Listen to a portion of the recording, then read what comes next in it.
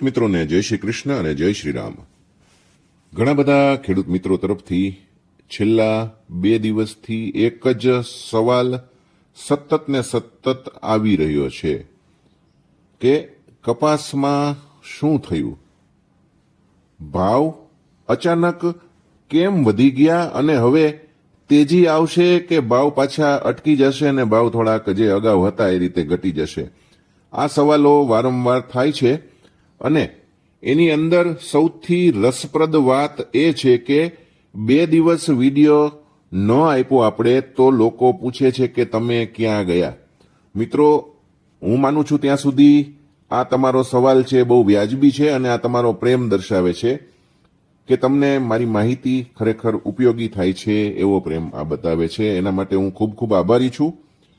પણ ઘણા બધા ખેડૂત મિત્રો પૂછી રહ્યા છે, એનો સીધો અર્થ એ છે કે બજારમાં કંઈક મોટું બદલાઈ રહ્યું છે એવું ખેડૂત મિત્રોને લાગી રહ્યું છે અને એટલા માટે જ આપણે આ વિડીયોની અંદર એની ચર્ચા કરવી છે। કારણ કે જે કપાસ થોડા દિવસ પહેલા માંદલો પડેલો હતો, મિત્રો હું માંદલો પડેલો હતો એવો શબ્દ એટલા માટે વાપરું છું કે ભાવ વધતા નહોતા, ઘટતા નહોતા, ધીરે ધીરે ઘસાતા હતા। એ જ કપાસ 2 દિવસમાં 20-25 રૂપિયા પ્રતિ મણ સુધરી ગયો છે ખાસ કહું છું। તો સવાલ ઊભો થાય છે કે આ તેજી સાચી છે કે આ તેજી તાત્કાલિક આવી છે અને અત્યારે બજાર અટકી જશે એવો સવાલ ખેડૂત મિત્રોને છે।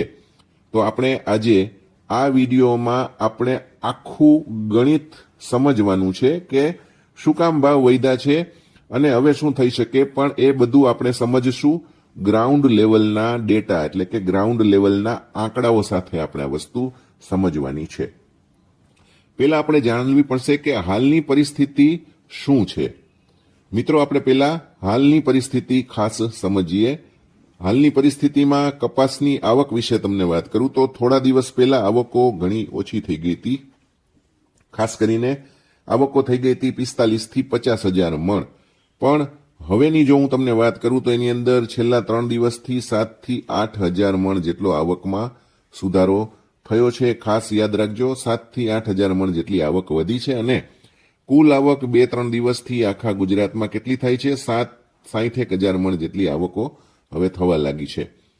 હું તમને ભાવ અંગેની વાત કરું, ભાવ ઉપર આપણે પ્રકાશ પાડીએ તો અગાઉ 1600ની ઉપરનો માલ ખપતો નહોતો। મોટાભાગના સોદા 1500, 1550, 1580 આજુબાજુ થઈ જતા હતા, પણ હવે 2 દિવસથી 1625-1650 સુધી પણ વેચાણ થઈ રહ્યું છે અને એટલે જ ખેડૂત મિત્રોને જાણવાની ઉત્કંઠા જાગી છે। ક્યાંક કેટલાક યાર્ડની અંદર 1670 સુધી પણ સોદા થયેલા જોવા મળી રહ્યા છે। એટલે બહુ સ્પષ્ટ છે કે બજારમાં થોડોક સુધારો આવ્યો છે અને વાત સાચી જ છે, સાચી વાત છે, કારણ કે સુધારો થયો છે। પણ આ સુધારો શું કામ આવ્યો અને અચાનક કેમ ભાવ વધી ગયા? આદિત્યભાઈ, તમે તો એમ કહેતા હતા કે ભાવ ટકેલા રહેશે, 1700 ઉપર નહીં જાય, તો હજુ પણ તમને કહું છું કે 1700 ઉપર બજાર ગઈ નથી અને હાલ તાત્કાલિક જવાની કોઈ શક્યતા પણ નથી। પણ અત્યારે ભાવ વધ્યા એનું મુખ્ય કારણ છે માલની તંગીની વાત આવે છે। માલની તંગી છે અને મોટું કારણ જ એ છે કે માલની તંગી છે। કેવા માલની તંગી છે એ કહું તમને તો ખાસ કરીને સારી ક્વોલિટીના માલની તંગી વધુ છે અને 2 દિવસમાં થોડુંક જીનવાળાએ લીધું એટલે સારી ક્વોલિટીના ભાવ 20-25 વધ્યા અને ભાવ સુધરા એટલે બધાનું ધ્યાન એની ઉપર પડ્યું।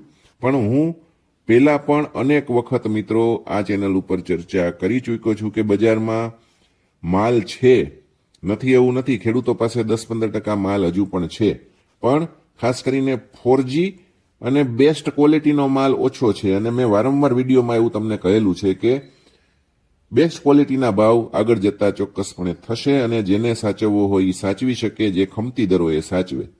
એટલે ડિમાન્ડ સ્વાભાવિક છે કે ક્વોલિટીવાળો માલ હોય તો એમાં જ્યારે જરૂર પડે ત્યારે આવવાની જ છે અને આવતી જ રહેવાની છે, હજુ એ પણ તમને ખાસ કહું છું। એટલે એવા ટાઈમે ભાવ સુધારા જે દર્શાવે એ બહુ સ્વાભાવિક વસ્તુ છે। એટલે આ તેજીનું પહેલું કારણ મેં તમને કહ્યું કે ક્વોલિટીવાળા માલના સપ્લાયનો અભાવ છે।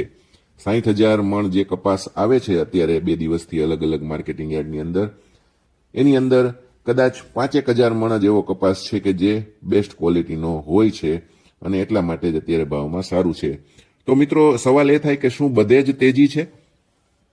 હવે એક મહત્વનો સવાલ એ છે કે શું દરેક કપાસની અંદર તેજી આવી છે? તો દરેક માલમાં નથી આવી. જવાબ એનો ના છે. કારણ કે દરેક ક્વોલિટીના કપાસ નથી વધ્યા, માત્ર 4Gમાં વધ્યું છે ને એ પણ 20-25 રૂપિયા વધ્યું છે. બજાર મિત્રો એક ખાસ જણાવું કે એક સરખું ક્યારેય નથી ચાલતું. સારા માલની ડિમાન્ડ હોય, નબળામાં મિક્સિંગ કરવા માટે જ ગરાકી હોય અને એ ભાવથી જ ખપતું હોય.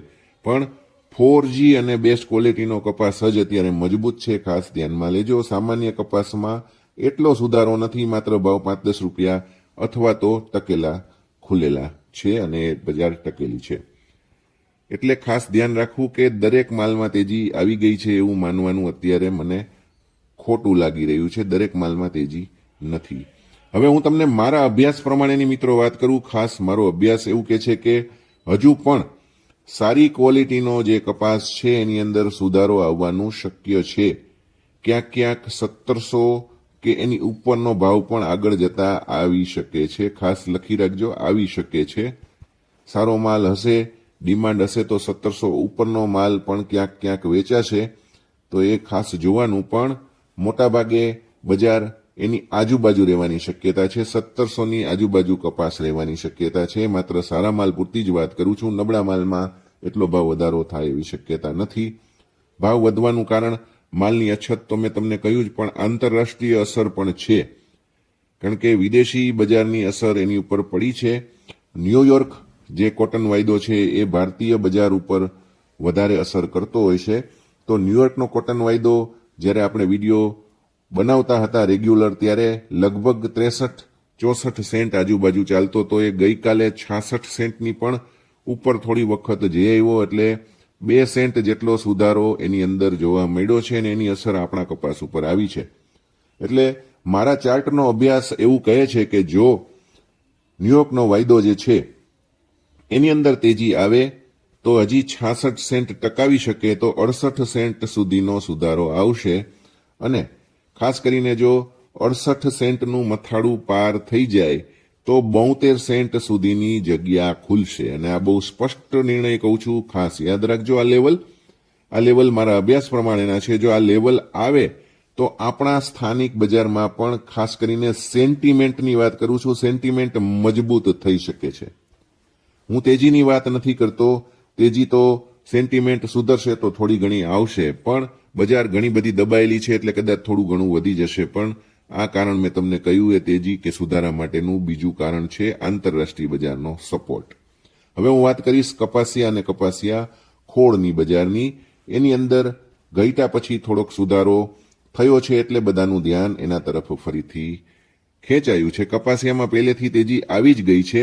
એટલે ઘણા બધા મિત્રો એવું વિચારે છે કે કપાસિયાની અંદર સમય કરતાં વહેલી અને મોટી તેજી થઈ છે એટલે ભાવ અત્યારે ઉપરમાં ટકતા નથી. અત્યારે 775 થી 830 સુધીના ભાવ ક્વોલિટી પ્રમાણે કપાસિયામાં ચાલે છે. ઉનાળાની મોસમ આવી રહી છે. બીજી તરફ આયાતી ખોળ DDGS અમેરિકાનું આ પણ આવવાનું છે. એટલે કપાસિયા અને કપાસિયા ખોળની ડિમાન્ડમાં થોડો ઘણો રૂકાવટનો ખેલ ચાલુ થશે.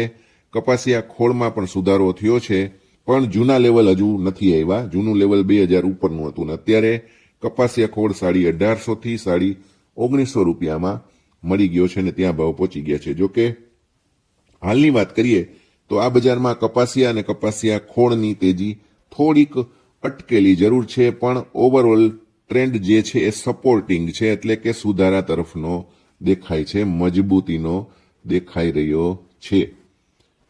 CCI અને જીનિંગ મિલોની મિત્રો વાત કરીએ તો એક આ મહત્વનો ટર્નિંગ પોઈન્ટ બની રહેશે, ખાસ કરીને CCI લગભગ 98-99 લાખ ગાંસડીનો સ્ટોક ધરાવે છે અને હવે વેચાણ પણ સારું થાય છે. લગભગ હું માનું છું ત્યાં સુધી 5 લાખ ગાંસડી CCI તરફથી વેચાઈ ગઈ છે અને જીનિંગ મિલોમાંથી પણ થોડાક કામકાજો અત્યારે રૂમાં થઈ રહ્યા છે. આ મારું અભ્યાસ છે. ઘણા બધા લોકો સાથે વાતચીત કર્યા પછીની હું તમને વાત કરી રહ્યો છું. ગુજરાતની અંદર અત્યારે 29 અને 28.5 મીમીનું રૂ CCI દ્વારા 54,100 થી 55,000 રૂપિયા અને ઉપરમાં બહુ સારું હોય તો 55,500 સુધી પણ વેચવામાં આવી રહ્યું છે. અને જીનિંગ મિલો જે ખુલ્લા બજારમાં વેચે છે 54,000 થી 54,500 આસપાસ વેચાણ કરે છે. એનો માલ પણ ધીરે ધીરે ખપે છે. આ બહુ ચોખ્ખી વાત છે.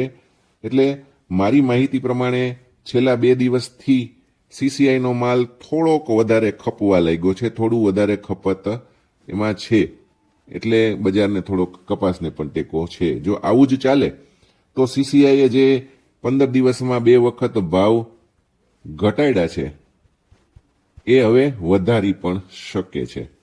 એ બજાર માટે થોડોક સકારાત્મક સંકેત બની શકે. પણ હજુ કહું છું કે કપાસની અંદર મોટી તેજી થવાની શક્યતા હાલ નથી. થાય તો એ માત્ર બેસ્ટ ક્વોલિટીની અંદર 1700 કેની ઉપરનો ભાવ થાય, અને ક્યાંક ક્યાંક કદાચ 1700 બોલાય તો એ માત્ર નમૂનેદાર ભાવ ગણાય. એ ખાસ યાદ રાખવાનું. કોઈની પાસે કપાસ હોય અને 1600 રૂપિયાનો જો ભાવ મળતો હોય તો મારી સલાહ એવી છે કે એ ભાવ ઘણો સારો જ ગણી શકાય એવો છે. આગળ જતા શું થાય મિત્રો, હાલના સંકેતો મિશ્ર છે. ક્વોલિટી માલમાં તમને વાત કરું તો એમાં માગનો સપોર્ટ છે. વિદેશી બજાર મજબૂત છે, પણ સપ્લાય આવી રહી છે, એટલે કે ખેડૂતોનો માલ પણ યાર્ડમાં થોડો થોડો આવી રહ્યો છે. એટલે બજાર ચાલે તો એ ધીમે ધીમે થોડી સુધરી શકે. આ તમને ખાસ કહું. જોરદાર તેજી માટે શું જરૂરી છે, તો બહારના માર્કેટનો સપોર્ટ જરૂરી છે. એમાં નિકાસ આવી જાય, જ્ઞાનની નિકાસ આવી જાય, ટેક્સટાઇલની નિકાસ આવી જાય અને રૂની નિકાસ પણ આવી જાય. આ ખાસ યાદ રાખવાનું. મિત્રો, હંમેશા બજાર બદલાતું જ રહેતું હોય છે સંજોગો પ્રમાણે, કારણ કે અત્યારે વૈશ્વિક સંજોગોમાં સતત પરિવર્તનો આવી રહ્યા છે. તો એ બાબત ખાસ ધ્યાનમાં લઈ અને તમે કામકાજ કરજો. માહિતી અને પૂરતી સમજ સાથે નિર્ણય લેવો ખૂબ જરૂરી હોય છે હંમેશા માર્કેટની અંદર.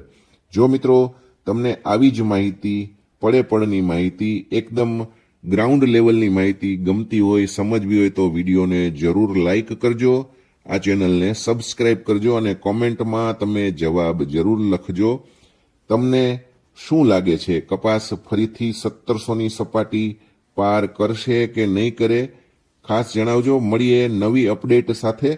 ત્યાં સુધી આપ સૌને જય શ્રી કૃષ્ણ.